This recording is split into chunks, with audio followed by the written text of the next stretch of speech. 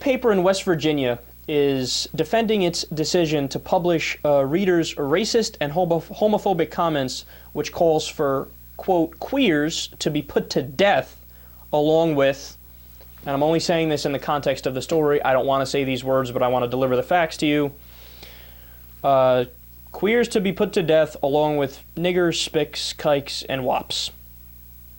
WCHS-TV reported on Wednesday that the Lincoln Journal had come under fire for printing a transcript of a reader's voicemail comments in the, quote, Gripe and Gratitudes section of the paper.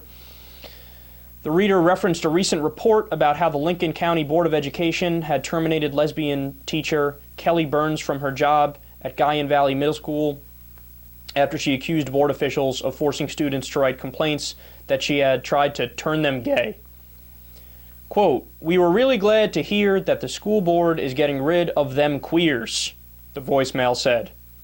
The next thing is, we need to get rid of all the, I just said it before, I don't want to say it again. You know, even them Catholics, they are wrong as baby eaters, the reader continued. What a fucking idiot. Like, what does that even mean? What are you saying? I dislike everybody that's not exactly like me. They gotta be in my family for me to like them, and then I have sex with them too when they're in my family. Quote, we need to clear them people out and have a good, white, God-fearing Christian, and everybody else needs to be put to death for their abominations. We'll keep Lincoln County white and right. Thank you. Now, you think that's it, man? Oh boy, I got this little clip for you. There's going to be, when they ask some people's opinion, remember, this is West Virginia here. So they end up asking some people their opinion on the matter, and cringeworthy isn't even the word. Listen to this little local news report, and then we'll talk about it. A racist rant gets printed in a local newspaper. Good evening, I'm Rick Lord. And I'm Elizabeth Nareka. This is Eyewitness News. When readers opened the latest edition of the Lincoln Journal today, many of them say they were shocked and even disgusted to see what was printed in an opinion column. Tonight, Eyewitness News anchor Dave Benton has reaction to the controversial commentary. When the Lincoln Journal allowed a questionable opinion to be published in Wednesday's edition, it raised a lot of eyebrows. I couldn't believe that. This paragraph is from the Gripes and Gratitudes column of the Lincoln Journal. An anonymous caller left this rant on the newsroom's voicemail, and the editor published it.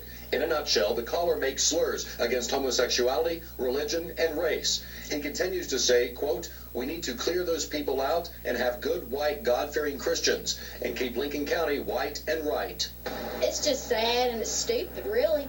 It's stupid. I don't know why anybody would put something like that on paper. The managing editor of the paper says the rant is in reference to their top story they've been covering for the past 3 weeks, a story about a local gay teacher recently terminated. Wow, that's not nice. I support the gays, and I'm not racist at all. I'll have to read it off. I'll agree with that. For sure. You do agree with us? Yeah. Get rid of them. What I think. What do you think? Is it still considered hate speech?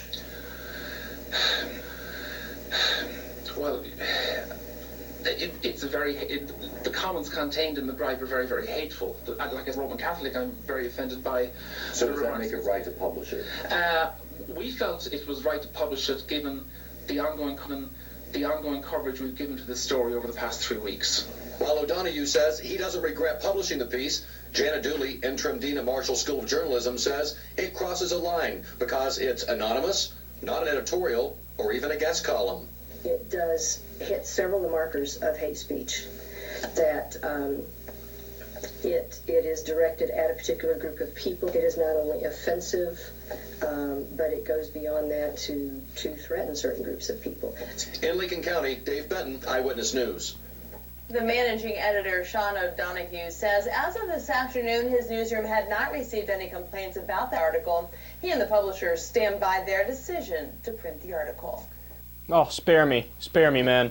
Look, you guys know I'm a free speech absolutist. I mean, there are cases when it comes to free speech where I defend people, and all my other progressive friends and conservative friends, and everybody says, "No, man, you're crazy. I don't support that." Right? There was a Supreme Court case. I'm forgetting the name of it. I think it was Skokie, where the KKK wanted the right to peacefully march in a town, and then people were against it. They're like, we don't want you to march there. And the ACLU was arguing in favor of the KKK, saying, look, if it's going to be peaceful, they're allowed to do it. It's freedom of speech. Now, they weren't going to make any direct threats and stuff like that. And even in that case, I say, free speech is free speech, even if I hate the message with a passion, right? And I say, allow that, right? But this crosses a line, and I'll tell you why. And it's not like I'm making it up that, oh, it's offensive and I don't like it, therefore we have to strike it down. No, it doesn't matter if I don't like it. That's irrelevant. What matters is the Supreme Court found in Czaplinski versus New Hampshire in 1942, they held that speech is unprotected if it constitutes fighting words. The Supreme Court has also held that, quote, advocacy of the use of force is unprotected when it is directed to inciting or producing lawless action, imminent lawless action. And that was found in Brandenburg versus Ohio in 1969. So there are limits to free speech. You can't say bomb on a plane. You can't scream fire in a movie theater. Those are the two classic examples always given, and that's not protected speech. By the same token, direct threats like saying, we should kill, that's not protected either. So do you allow this? Not at all. Not at all. It's crazy that people even ask the question, how is that a debate? Do we allow this? They're saying murder X, Y, and Z. What are you, nuts?